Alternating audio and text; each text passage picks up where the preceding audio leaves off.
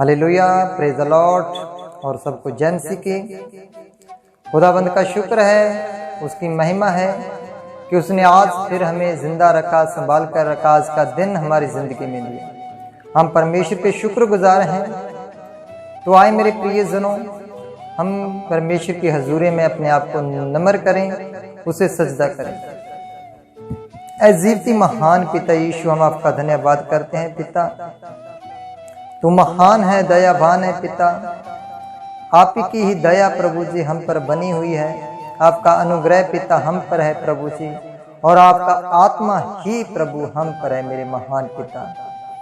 परम पिता, हम जितनी मेहनत करते हैं प्रभु जी, कितनी भी दुआएं करें प्रभु जी, ना जोर से ना बल से प्रभु जी, पर जो कुछ है मेरे महान पिता, हम आपके आत्मा और आपके अनुग्रह से मेरे प्रभु जी। पवित्र पिता, आपका जे अनुग्रह हम पर सदा सदा के लिए बना रहे, और मेरे पवित्र पिता हमें और भी बल दे, जो कि हम आपके आत्मा के जरिए ये बोल सकें। और पिता, सुनने वालों के प्रभु जी आत्म कान खोल दे, ताकि वह अच्छी तरह समझ सकें और इन वचनों को प्रभु जी अपनी जिंदगी में लागू कर सकें। मसीह यीशु के नाम से आमीन। खुदा का धन्यवाद है प्रभु की हजूरी में कि उसने हमें फिर बुला लिया है, क्योंकि बहुत सारे लोग हैं जो आज का दिन देखना चाहते थे मगर वह देख नहीं पाए। बहुत सारे लोग हैं जो आज का जिस समय देखना चाहते थे मगर वह देख नहीं पाए। धन्य है हम जिस पर प्रभु का अनुग्रह हुआ है, क्योंकि हम उसके अनुग्रह के जरिए ही आज जिंदा है। और आए प्रियजनों, हम परमेश्वर की हजूरी में कुछ नया सीखते हैं, क्योंकि जो आज का नियम बना हुआ है, आज का नियम जो बना हुआ है, आज की कलीसिया का नियम बना हुआ है, वो एक ही नियम है कि हम चर्च में जाएं, बपतिस्मा लें, और बस बाकी जो गैर मसीही लोग काम करते हैं वही काम भी हम करते रहें। नहीं प्रियजनों, देखिए, एक नल से दो तरह का पानी नहीं निकल सकता। या तो वह नल मीठा पानी देगा, या वह खारा पानी देगा। तो आपकी जिंदगी में भी या तो मसीहत रहेगी या शैतानियत रहेगी। आप एक ही टाइम पर दो टेबल पर खाना नहीं खा सकते, क्योंकि वचन में लिखा है, तुम या तो भूतों के संग में खाना खाओगे, या फिर परमेश्वर की मेज से खाना खाओगे। तो प्रियजनों, जब हम बपतिस्मा लेते हैं तो हम आम नहीं बल्कि हम खास बन जाते हैं मसीह यीशु के अनुग्रह और उसके लहू के वसीले। आए मेरे साथ पढ़ें पहला पतरस 2 अध्याय 2 चैप्टर और उसका 9 वचन। वहां पर लिखा है, पर तुम एक चुना हुआ वंश और राजपदारी, याजकों का समाज और पवित्र लोग, और परमेश्वर की निज प्रजा हो, इसलिए कि जिसने तुम्हें अंधकार में से अपनी अद्भुत ज्योति में बुलाया है, उसके गुण प्रकट करो। तो लो प्रियजनों, खुदाबंद हमसे क्या चाहता है कि हम उसके सपने को पूरा करें, हम उसके गुणों को प्रकट करें। अगर आज हमने बपतिस्मा लिया है, मसीह यीशु पर अपना ईमान लेकर आए हैं, तो हमें उसके गुणों को भी प्रकट करना होगा। मसीहत को हमें पूर्ण दिल से अपने आप में लेना होगा, तब जाकर बात बनेगी। नहीं, हमारा बपतिस्मा भी, हमारा विश्वास भी सब कुछ बेकार हो जाएगा जब तक हम वचनों पर गौर नहीं करेंगे, वचनों पर हम अमल नहीं करेंगे। अब आगे जब हम पढ़ते हैं तो जहां पर देखिए, पहला पतरस जब 4 की 2 भी पढ़ते हैं तो वहां पर भी लिखा है, ताकि भविष्य में अपना शेष शरीर के जीवन मनुष्यों की अभिलाषों के अनुसार नहीं, वरन परमेश्वर की इच्छा के अनुसार व्यतीत करो। क्यों उसने हमें खास प्रजा बना लिया है? क्यों उसने अपना बलिदान हमारे लिए दे दिया है? क्यों उसने अपना लहू हमारे लिए बहाया है? ताकि हम अपने पुराने जीवन को खत्म करके मसीह यीशु के जैसा जीवन व्यतीत करें, और पाप रहित अपने जीवन को मसीह यीशु के नाम से हम गुजारते चले इस जीवन को। तब जाकर हम उसके राज्य में प्रवेश कर पाएंगे, तब जाकर हम उसके राज्य के अधिकारी बन पाएंगे।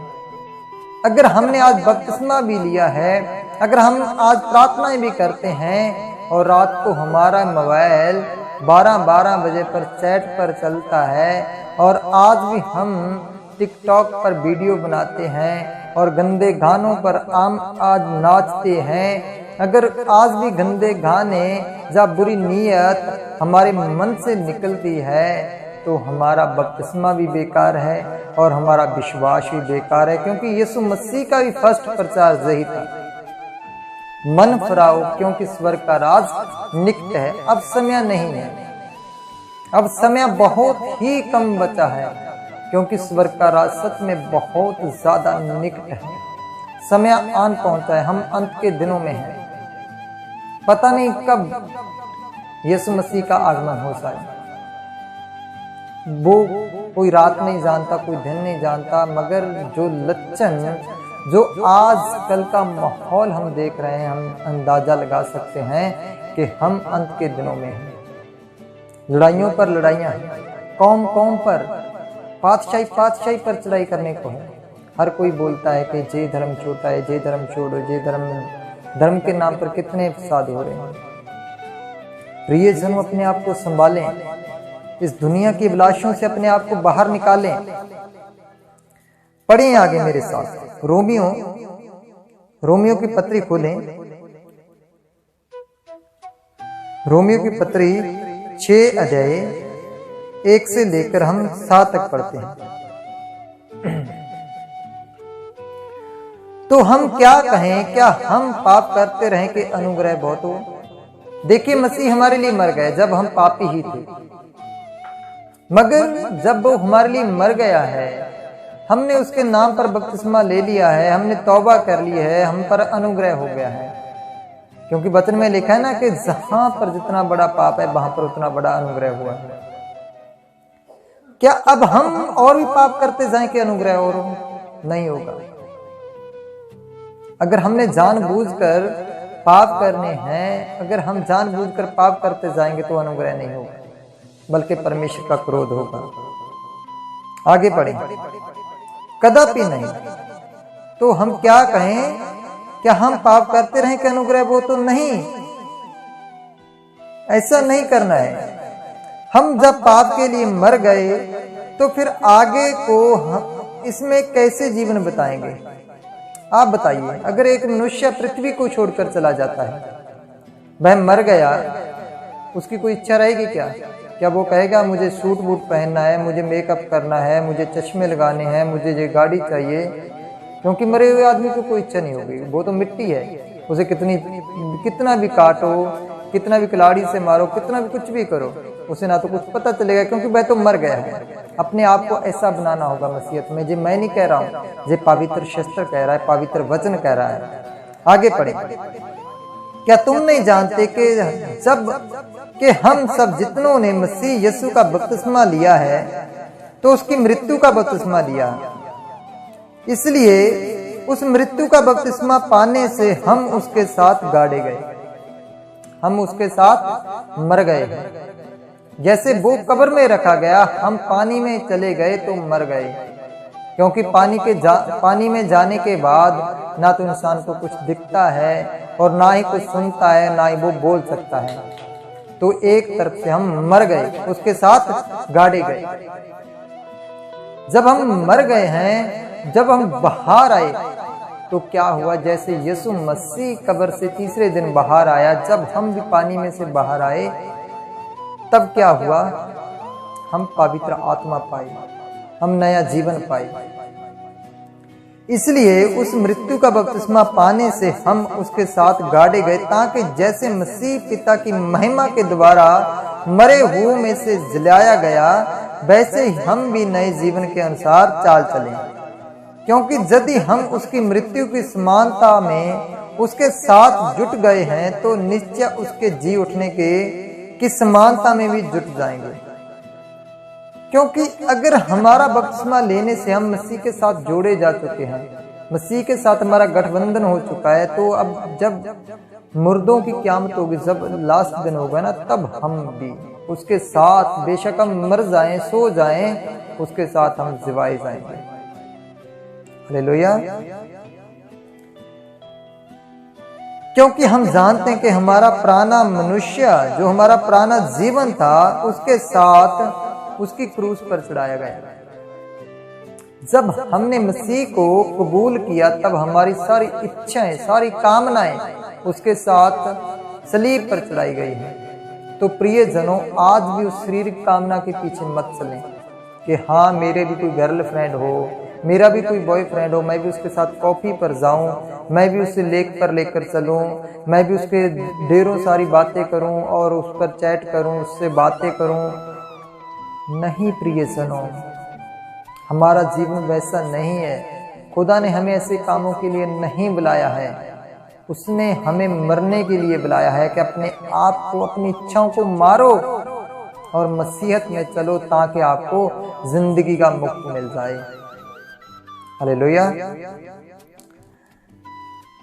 ताकि पाप का शरीर नाश होकर, ताकि हम आगे को पाप के दस्तम में ना रहें, क्योंकि हम पाप की गुलामी में नहीं रहना चाहते। अगर नहीं रहना है तो पाप को छोड़ना होगा, क्योंकि जो मर गया वह पाप से मुक्त हो गया। अब जो इंसान मर गया वो हर एक काम से मुक्त हो गया, ना तो उसे कोई काम करने की फिक्र है और ना ही उसे किसी की टेंशन लेने की फिक्र है, ना ही उसकी कोई इच्छा रहेगी जब वो इंसान इस पृथ्वी से मर जाएगा। हमें भी अपने आप को जिंदा रहते हुए ऐसे मारना होगा, क्योंकि हमारा एक ही सच्चा लाड़ा जो है वो यीशु मसीह है। उसी से प्रेम करें, चाहे वो आप लड़का हो, चाहे वो आप लड़की हो। जो इस प्रचार को सुन रहे हो, आपका एक ही लाड़ा है, वो यीशु मसीह है, और उसकी पवित्र दुल्हन की तरह आप सज धज करो, क्योंकि जब यीशु मसीह आए सबसे पहले वो आप ही को बुलाए। हालेलुया। क्योंकि अगर हम यीशु मसीह की दुल्हन भी हैं, और मानिए हम थोड़ी शरीर की बातें करते हैं। देखिए, अगर एक पति पत्नी का रिश्ता है, एक पति पत्नी का रिश्ता है, अगर उसकी पत्नी अपने पति को धोखा देती है, उससे बेवफाई करती है, उसे छोड़कर उसकी मौजूदगी में जब वह काम पर हो, जा कहीं काम पर से बाहर गया, उसकी गैर मौजूदगी में वो किसी गैर मर्द से संबंध बनाती है, तो उस पति को जब पता चलेगा तो क्या बोलेगा वो, कि जाओ तुम मेरे लिए और मैं तुम्हारे लिए मर गया। कहीं यीशु मसीह आपको ऐसा ना बोल दे, यीशु मसीह आपको ऐसा ना बोल दे, आप कहीं के नहीं रहोगे, क्योंकि जो इस संसार की खुशियां हैं वो थोड़े समय की है। प्रिय जनों, हम नहीं जानते हमारे पास कितना समय है। हो सकता है मेरे पास भी ये लास्ट प्रचार रिकॉर्ड करने का समय हो, आपके पास भी ये लास्ट प्रचार सुनने का समय हो, आपके पास भी या मेरे पास भी 1 घंटा हो, 2 घंटे हो, 2 दिन हो, 2 महीने हो, 2 साल हो, जो हम नहीं जानते। अपने आप को तैयार करें कि जब भी हम इस पृथ्वी से जाएं तो हमारा परमेश्वर जो है वह हम पर फक्र करे, हम ऐसे काम करके जाएं, अपने आप को कंट्रोल में करके पवित्र बनकर उसकी हजूरी में चलें, क्योंकि उसने बोला है कि जैसा मैं पवित्र हूं तुम भी क्या बनो, पवित्र बनो। हालेलुया। देखिए, जब हम क्रंथियों की पत्री को पढ़ना चाहूंगा मैं, 2 क्रंथिया 5 चैप्टर और उसका 17 वचन, वहां पर भी लिखा है, इस कारण अब से हम किसी को शरीर के अनुसार ना समझेंगे, और यदि हमने मसीह को भी शरीर के अनुसार जाना था तो भी अब से उनको ऐसा नहीं जानेंगे। सॉरी, माफ करना, 17। इसलिए यदि कोई मसीह में है तो वह नई सृष्टि है, पुरानी बातें बीत गई हैं, देखो वह सब नई हो गई हैं। हालेलुया। और खुदाबंद का शुक्र है कि उसने अपने अनुग्रह के जरिए, अपने पवित्र लहू के जरिए हमें न्यू सृष्टि, नया होने का क्या किया है, नया होने का मौका दिया है। क्योंकि बहुत सारे लोग हैं जो खुदा को ढूंढ रहे हैं, बहुत सारे लोग हैं अलग अलग तरीकों से ढूंढ रहे हैं, मगर खुदा का धन्यवाद है कि उसने अपने अनुग्रह के जरिए हम पर अपना अनुग्रह किया है, अपनी कृपा की है कि हम उसकी महिमा करें। तो प्रिय जनों, हम बहुत सारी सोचे रखते हैं कि नहीं, ये पास्टर गलत कह रहा है, ये लोग तो गलत कह रहे हैं, ऐसे कैसे हो सकता है। प्यार करना तो बाइबल सिखाती है, वो हमारे मन की इच्छा है। प्यार करना बाइबल सिखाती है, मैं नहीं बोलता हूँ कि प्यार करना नहीं सिखाती है, मगर प्यार भी बहुत तरह के हैं। एक है शरीर का प्यार और एक है आत्मिक प्यार। जो शरीर का प्यार है वो हमारी आंखों की लालसा से है। अगर कोई सुंदर लड़की या सुंदर लड़का हमें देख गया और उसकी अपनी आंखों की मंशा से हमने उसके शरीर को प्यार किया है। मगर यीशु मसीह आज से 2022 साल पहले हमारे लिए क्रूस पर चढ़ा गया। क्यों? तब हम पापी ही थे। बहता उसका आत्मिक प्यार जो उसने अपनी जान देकर हमारे लिए बहाया, उसका सच्चा प्यार था। उसके जैसा प्यार करने वाला ना आज तक कोई हुआ है और ना ही कभी होगा। हालेलुया। देखिए, हम मन में बहुत कुछ सोचते रहते हैं, मगर हमारा सोचना व्यर्थ है। वचन से मिलाकर देखें अपने आप को, क्या हम वचन के वसीले सही हैं? नीति वचन 23 और उसकी 17 को पढ़ते हैं। नीति वचन 23 और उसकी 17।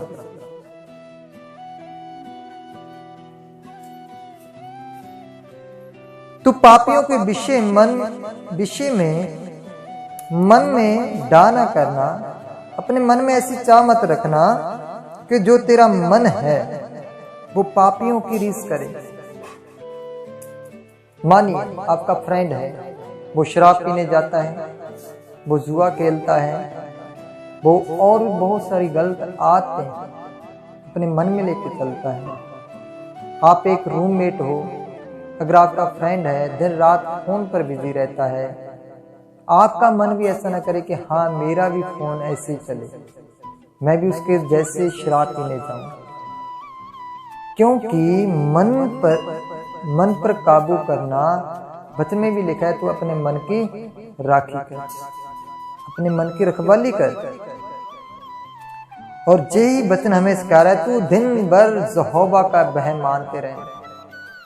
हम सोचते रहे कि हमसे कोई गलती ना हो जाए, हमारा परमेश्वर हमसे नाराज ना हो जाए। क्योंकि जब हम पाप नहीं करेंगे तभी जाकर हम स्वर्ग के वारिस हो सकते हैं। जैसे नीति वचन 21 चैप्टर और उसकी 2 आयत को हम पढ़ते हैं, तो वहां पर भी लिखा है, मनुष्य का सारा चाल चलन अपनी दृष्टि में तो ठीक होता है, परंतु परमेश्वर मन को जांचता है। हालेलुया। देखिए, हम अपनी नजर में कितने भी सही हो, हम झुकना नहीं चाहते हैं, हम झुकना नहीं चाहते, हम अपनी जिद से मुड़ना नहीं चाहते, चाहे हम गलती क्यों ना कर रहे हैं।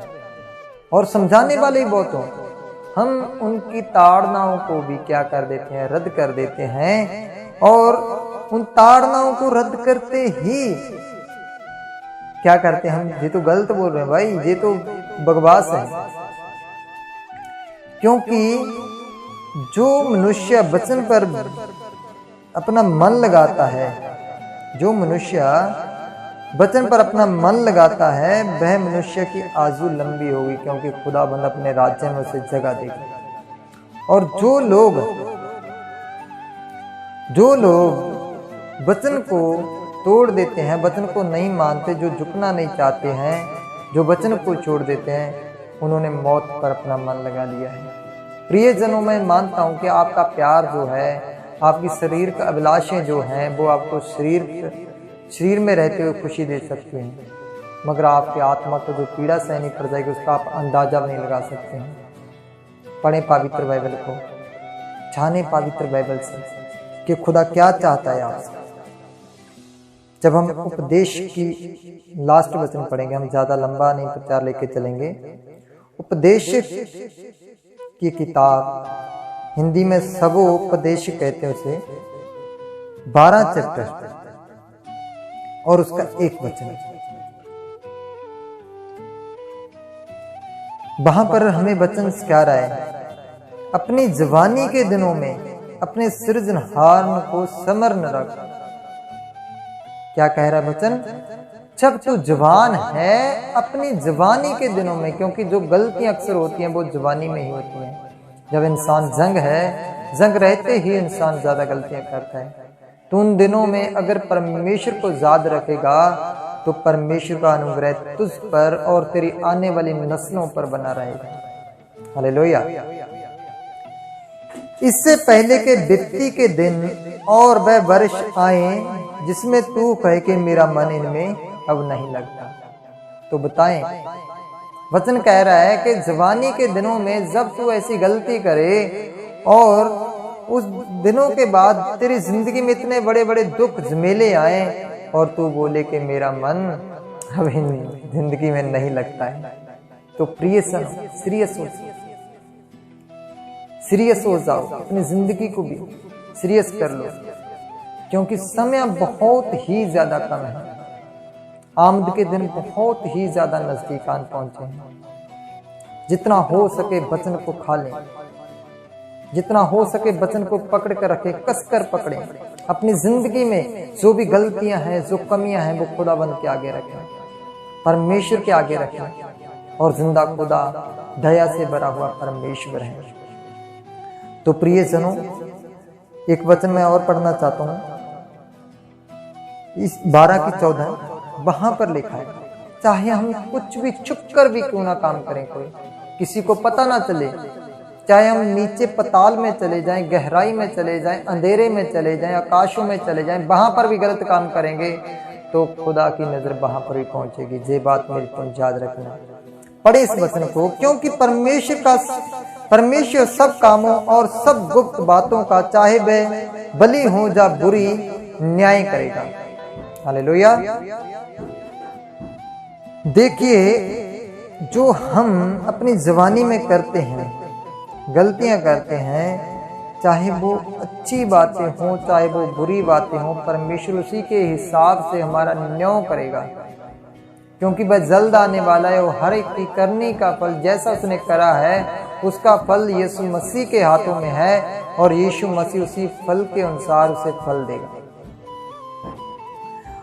और मैं आपको, अगर आप जवान हैं, जंग हैं, कुंवारे हैं, तो मैं आपको एक सलाह देना चाहता हूँ, ऐसा पाप मत करो जिससे खुदाबंद नाराज हो जाए और आप पताल में चले जाएं, नरक में चले जाएं। मैं आपके लिए एक लास्ट वचन पढ़ना चाहता हूँ, 1 कुरिन्थियों 7 चैप्टर और उसकी 9 आयत को पढ़ें। परंतु यदि वह संयम ना कर सके तो ब्याह करें, क्योंकि ब्याह करना कामोत्तर रहने से भला है। अगर तुम में जत सत का बल नहीं है, संयम का बल नहीं है, आप नहीं साध सकते हो, नहीं कुमारा रह सकते हो, पाप करने से अच्छा है कि बसना में सड़ने से तो अच्छा है, नरक में सड़ने से तो अच्छा है कि आप लोग ब्याह कर लें। आप लोग ब्याह कर लें, कोई पाप नहीं करते हैं, मगर ब्याह करें अपनी मर्जी के अनुसार नहीं, अपने घर वालों की, अपने रिश्तेदारों की मर्जी के अनुसार करें, जिससे किसी को ठेस ना पहुंचे। और खुदाबंद आप सभी को ब्लेस करे। जय मसीह की। God bless.